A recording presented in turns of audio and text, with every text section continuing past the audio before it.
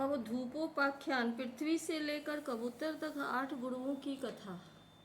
भगवान श्री कृष्ण ने कहा, महाभाग्यवान उद्धव, तुमने मुझसे जो कुछ कहा है मैं वही करना चाहता हूँ।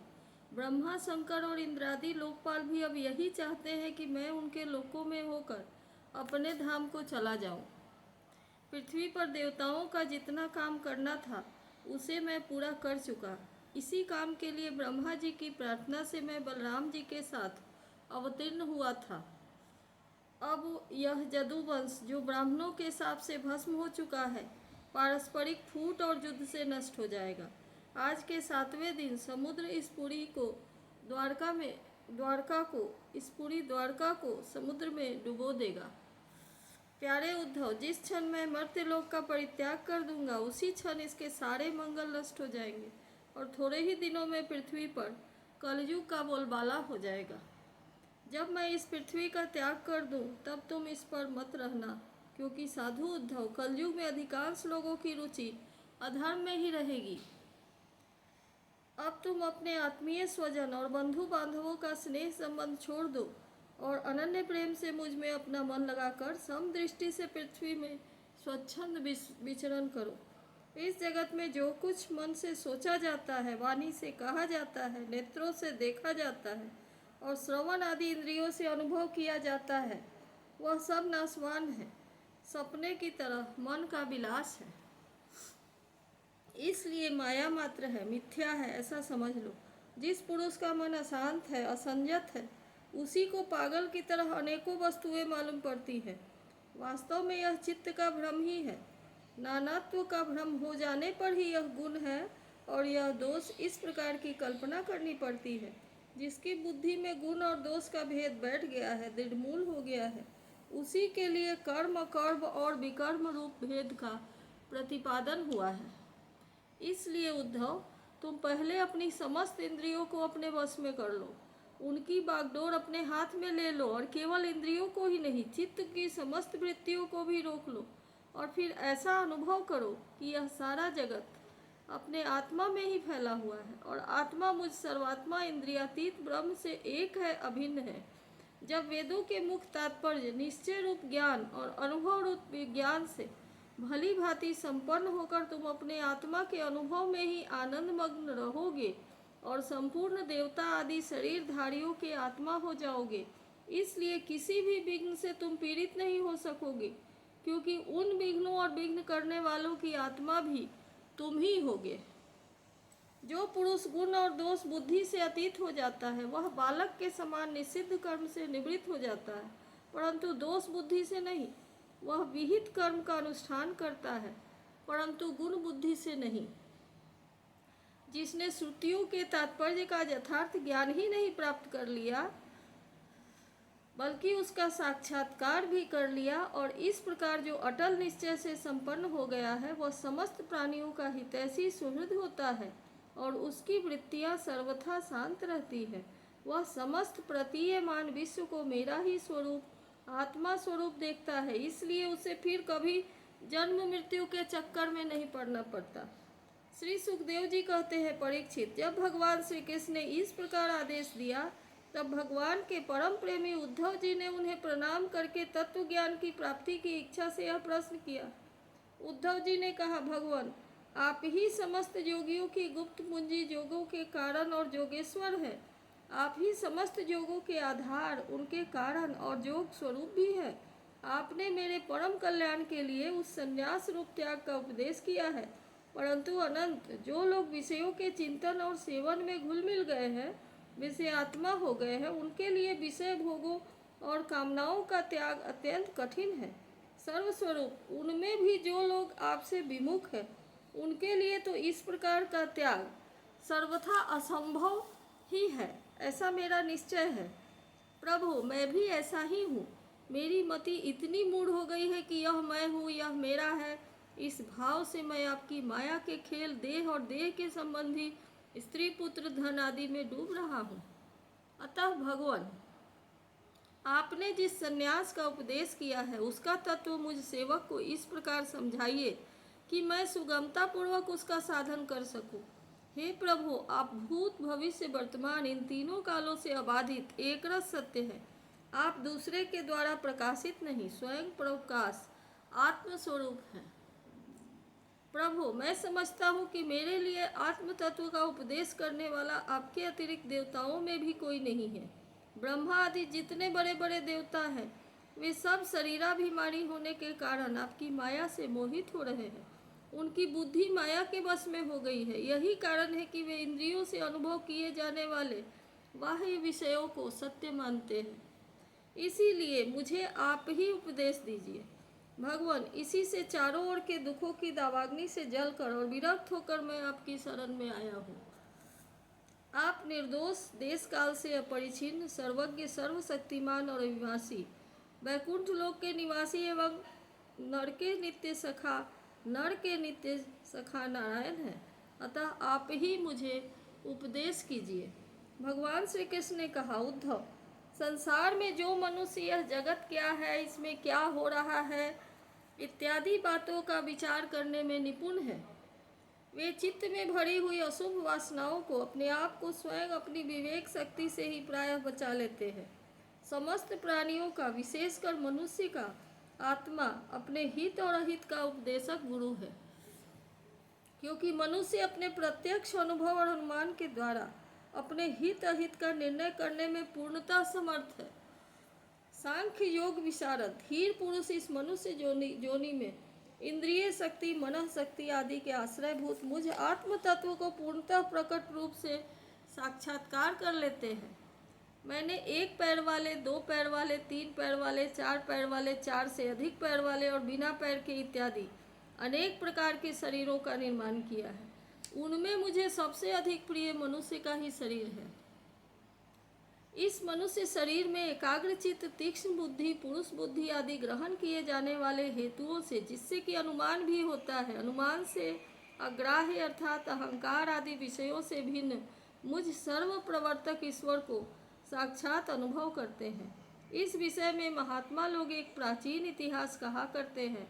यह इतिहास परम तेजस्वी अवधूत दत्तात्रेय और राजा जदु के संवाद में के रूप में है। एक बार धर्म के मर्मज्ञ राजा जदु ने देखा कि एक त्रिकालदर्शी तरुण अवधूत ब्राह्मण निर्भय विचर रहे हैं।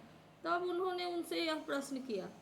राजा जदु ने पूछा, ब्राह्मण, आप कर्म तो करते नहीं, फिर आपको यह अत्यंत निपुण बुद्धि कहाँ से प्राप्त हुई, जिसका आश्रय लेकर आप परम विद्वान होने पर भी बालक के समान संसार में विचरते रहते हैं। ऐसा देखा जाता है कि मनुष्य आयु, यश अथवा सौंदर्य, संपत्ति आदि की अभिलाषा लेकर ही धर्म, अर्थ, काम अथवा तत्व जिज्ञासा में प्रवृत्त होते हैं। अकारण कहीं किसी की प्रवृत्ति नहीं देखी जाती। मैं देख रहा हूँ कि आप कर्म करने में समर्थ, विद्वान और निपुण हैं। आपका भाग्य और सौंदर्य भी प्रशंसनीय है। आपकी वाणी से तो मानो अमृत टपक रहा है, फिर भी आप यह जड़, उन्मत्त अथवा पिशाच के समान रहते हैं। न तो कुछ करते हैं, न चाहते ही हैं। संसार के अधिकांश लोग काम और लोभ के दावानल से जल रहे हैं, परंतु आपको देखकर ऐसा मालूम होता है कि आप मुक्त हैं। आप तक उसकी आँच भी नहीं पहुँच पाती। ठीक वैसे ही जैसे कोई हाथी वन में दावाग्नि लगने पर उससे छूटकर गंगा जल में खड़ा हो। ब्राह्मण, आप पुत्र, स्त्री, धन आदि संसार के स्पर्श से भी रहित हैं। आप सदा सर्वदा अपने केवल स्वरूप में ही स्थित रहते हैं। हम आपसे यह पूछना चाहते हैं कि आपको अपने आत्मा में ही ऐसे अनिवर्चनीय आनंद का अनुभव कैसे होता है? आप कृपा करके अवश्य बतलाइए। श्री भगवान श्री कृष्ण ने कहा, उद्धव, हमारे पूर्वज महाराज जदु की बुद्धि शुद्ध थी और उनके हृदय में ब्राह्मण भक्ति थी। उन्होंने परम भाग्यवान दत्तात्रेय जी का अत्यंत सत्कार करके यह प्रश्न पूछा और बड़े विनम्र भाव से सिर झुकाकर उनके सामने खड़े हो गए। अब दत्तात्रेय जी ने कहा, ब्रह्मवेत्ता दत्तात्रेय जी ने कहा, राजन, मैंने अपनी बुद्धि से बहुत से गुरुओं का आश्रय लिया है। उनसे शिक्षा ग्रहण करके मैं इस जगत में मुक्त भाव से स्वच्छंद विचरता हूँ। तुम उन गुरुओं के नाम और उनसे ग्रहण की हुई शिक्षा सुनो। मेरे गुरुओं के नाम हैं पृथ्वी, वायु, आकाश, जल, अग्नि, चंद्रमा, सूर्य, कबूतर, अजगर, समुद्र, पतंग, भौरा या मधुमक्खी, हाथी, शहद निकालने वाला हरिण, मछली, पिंगला, वेश्या, कुरर पक्षी, बालक, कुंवारी कन्या, बाण बनाने वाला, सर्प, मकड़ी और भृंगी कीट। राजन, मैंने इन 24 गुरुओं का आश्रय लिया है और इन्हीं के आचरण से इस लोक में अपने लिए शिक्षा ग्रहण की है। वीरवर जयाति नंदन, मैंने जिससे जिस प्रकार जो कुछ सीखा है वह सब ज्यों का त्यों तुमसे कहता हूँ, सुनो। मैंने पृथ्वी से उसके धैर्य की, क्षमा की शिक्षा ली है। लोग पृथ्वी पर कितना आघात और क्या क्या उत्पात नहीं करते, परंतु वह न तो किसी से बदला लेती है और न रोती चिल्लाती है। संसार के सभी प्राणी अपने अपने प्रारब्ध के अनुसार चेष्टा कर रहे हैं। वे समय समय पर भिन्न भिन्न प्रकार से जान या अनजान में आक्रमण कर बैठते हैं। धीर पुरुष को चाहिए कि उनकी व्यवस्था समझे, न तो अपना धीरज खोवे और न क्रोध करे, अपने मार्ग पर ज्यों का त्यों चलता रहे। पृथ्वी के ही विकार पर्वत और वृक्ष से मैंने यह शिक्षा ग्रहण की है कि जैसे उनकी सारी चेष्टाएं सदा सर्वदा दूसरों के हित के लिए ही होती है, बल्कि यूँ कहना चाहिए कि उनका जन्म ही एकमात्र दूसरों के हित करने के लिए ही हुआ है। साधु पुरुष को चाहिए कि उनकी शिष्यता स्वीकार करके उनसे परोपकार की शिक्षा ग्रहण करे। मैंने शरीर के भीतर रहने वाले वायु, प्राणवायु से यह शिक्षा ग्रहण की है कि जैसे यह आहार मात्र की इच्छा रखता है और उसकी प्राप्ति से ही संतुष्ट हो जाता है, वैसे ही साधक को भी चाहिए कि जितने से जीवन निर्वाह हो जाए उतना भोजन कर ले। इंद्रियों को तृप्त करने के लिए बहुत से विषय न चाहे, संक्षेप में उतने ही विषयों का उपयोग करना चाहिए जिनसे बुद्धि विकृत न हो, मन चंचल न हो और वाणी व्यर्थ में ही के ही बातों में न लग जाए। शरीर के बाहर रहने वाले वायु से मैंने यह सीखा है कि जैसे वायु को अनेक स्थानों में जाना पड़ता है, परंतु वह कहीं भी आसक्त नहीं होता, किसी का भी गुण दोष नहीं अपनाता, वैसे ही साधक पुरुष को भी आवश्यकता होने पर विभिन्न प्रकार के धर्म और स्वभाव वाले विषयों में जाए, परंतु अपने लक्ष्य पर स्थित रहे। किसी के गुण या दोष की ओर झुक न जाए, किसी से आसक्ति या द्वेष न कर बैठे। गंध वायु का गुण नहीं, पृथ्वी का गुण है, परंतु वायु को गंध का वहन करना पड़ता है। ऐसा करने पर भी वायु शुद्ध ही रहता है, गंध से उसका संपर्क नहीं होता। वैसे ही साधक का जब तक इस पार्थिव शरीर से संबंध है, तब तक वह इसकी व्याधि, पीड़ा और भूख प्यास आदि का भी वहन करना पड़ता है, परंतु अपने को शरीर नहीं, आत्मा के रूप में देखने वाला साधक शरीर और उसके गुणों का आश्रय होने पर भी उससे सर्वथा निर्लिप्त रहता है। राजन, जितने भी घट मठ आदि पदार्थ हैं, वे चाहे चल हो या अचल, उनके कारण भिन्न भिन्न प्रतीत होने पर भी वास्तव में आकाश एक और अपरिछिन्न अखंड ही है। वैसे ही चर अचर जितने भी सूक्ष्म स्थूल शरीर हैं, उसमें आत्मा रूप से सर्वत्र स्थित होने के कारण ब्रह्म सभी में है। साधक को चाहिए कि सूत के मणियों में व्याप्त सूत के समान आत्मा को अखंड और असंगत रूप से देखे। वह इतना विस्तृत है कि उसकी तुलना कुछ कुछ आकाश से ही की जाती है। इसलिए साधक को आत्मा की आकाश स्वरूपता की भावना करनी चाहिए। आग लगती है, पानी बरसता है, अन्न आदि पैदा होते हैं और नष्ट होते हैं, वायु की प्रेरणा से बादल आदि आते और जाते हैं, यह सब होने पर भी आकाश अछूता रहता है। आकाश की दृष्टि से यह सब कुछ है ही नहीं। इसी प्रकार भूत, वर्तमान और भविष्य के चक्कर में न जाने किन किन नाम रूपों की सृष्टि और प्रलय होते हैं, परंतु आत्मा के साथ उनका कोई संस्पर्श नहीं है। जिस प्रकार जल स्वभाव से ही स्वच्छ, चिकना, मधुर और पवित्र करने वाला होता है तथा गंगा आदि तीर्थों के दर्शन, स्पर्श और नामोच्चारण से भी लोग पवित्र हो जाते हैं, वैसे ही साधक को भी स्वभाव से ही शुद्ध, स्निग्ध, मधुरभाषी और लोक पावन होना चाहिए।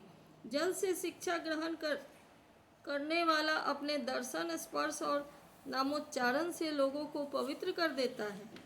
राजन, मैंने अग्नि से यह शिक्षा ली है कि जैसे वह तेजस्वी और ज्योतिर्मय होती है, जैसे उसे कोई अपने तेज से दबा नहीं सकता, जैसे उसके पास संग्रह परिग्रह के लिए कोई पात्र नहीं है, सब कुछ अपने पेट में रख लेती है, और जैसे वह सब कुछ खा पी लेने पर भी विभिन्न वस्तुओं के दोषों से वह लिप्त नहीं होती, वैसे ही साधक भी परम तेजस्वी तपस्या से देदीप्यमान, इंद्रियों से अपराभूत, भोजन मात्र का संग्रही और यथा योग्य सभी विषयों का उपभोग करता हुआ अपने मन और इंद्रियों को वश में रखे, किसी का दोष अपने में न आने दे।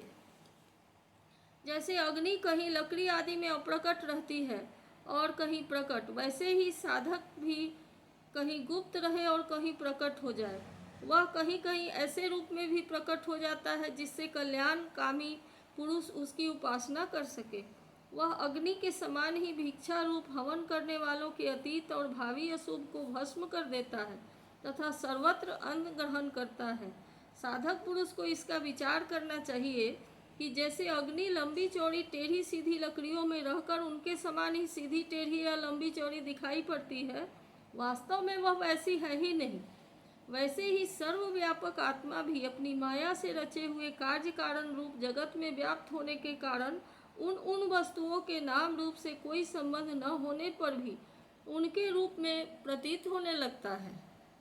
मैंने चंद्रमा से यह शिक्षा ग्रहण की है कि यद्यपि जिसकी गति नहीं जानी जा सकती, उस काल के प्रभाव से चंद्रमा की कलाएं घटती बढ़ती रहती हैं, तथापि चंद्रमा तो चंद्रमा ही है, वह न घटता है और न बढ़ता ही है।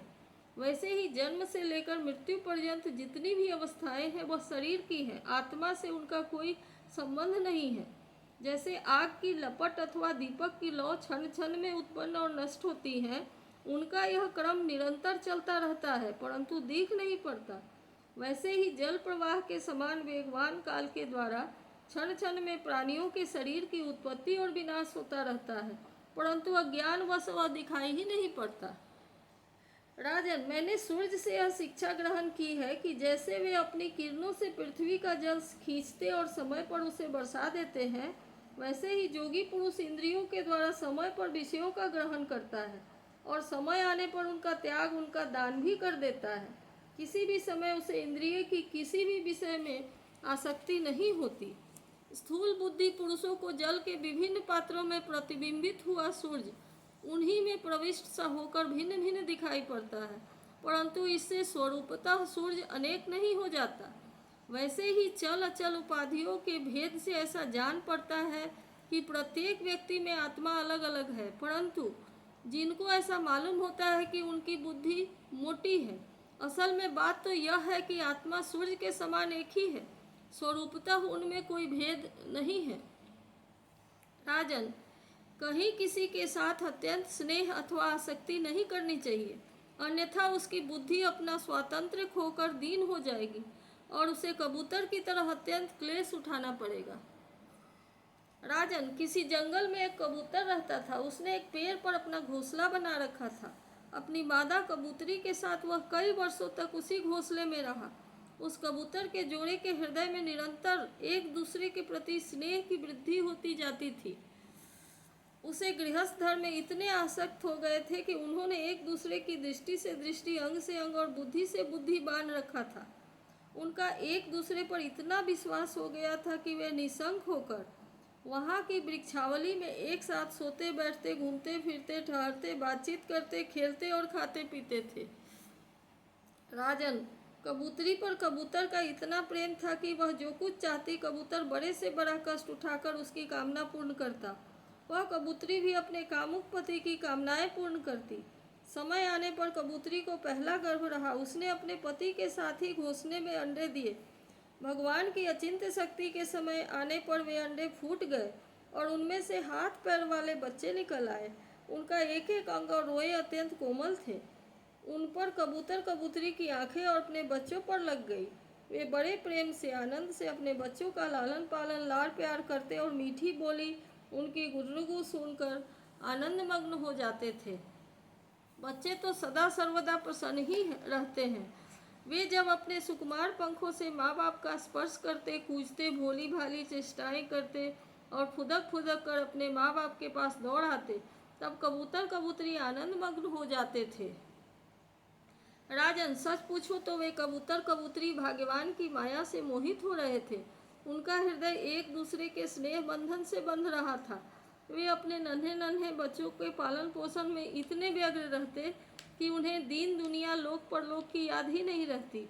एक दिन दोनों नरमादा अपने बच्चों के लिए चारा लाने जंगल में गए हुए थे।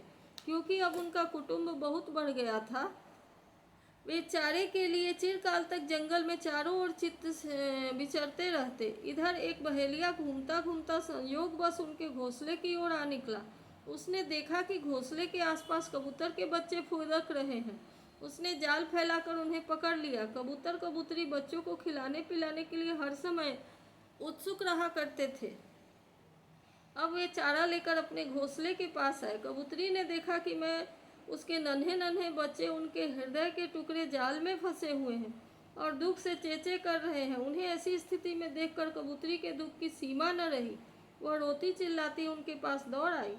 भगवान की माया से उनका चित्त अत्यंत दुखी हो रहा था।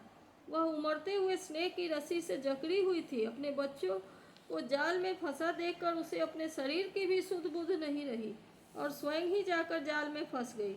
जब कबूतर ने देखा कि मेरे प्राणों से भी प्यारे बच्चे जाल में फंस गए और मेरी प्राण प्रिय पत्नी भी उसी दशा में पहुंच गई, तब वह अत्यंत दुखित होकर विलाप करने लगा। सचमुच उस समय उसकी दशा अत्यंत दयनीय थी। मैं अभागा हूँ, दुर्मति हूँ, हाय हाय मेरा तो सत्यानाश हो गया। देखो देखो, न मुझे अभी तृप्ति हुई, न मेरी आशाएं ही पूरी हुई। तब तक मेरा धर्म अर्थ और काम का मूल यह गृहस्थाश्रम ही नष्ट हो गया। हाय मेरी प्राण प्यारी मुझे ही अपना इष्ट देव समझती थी, मेरी एक एक बात मानती थी, मेरे इशारे पर नाचती थी, सब तरह से मेरे योग्य थी।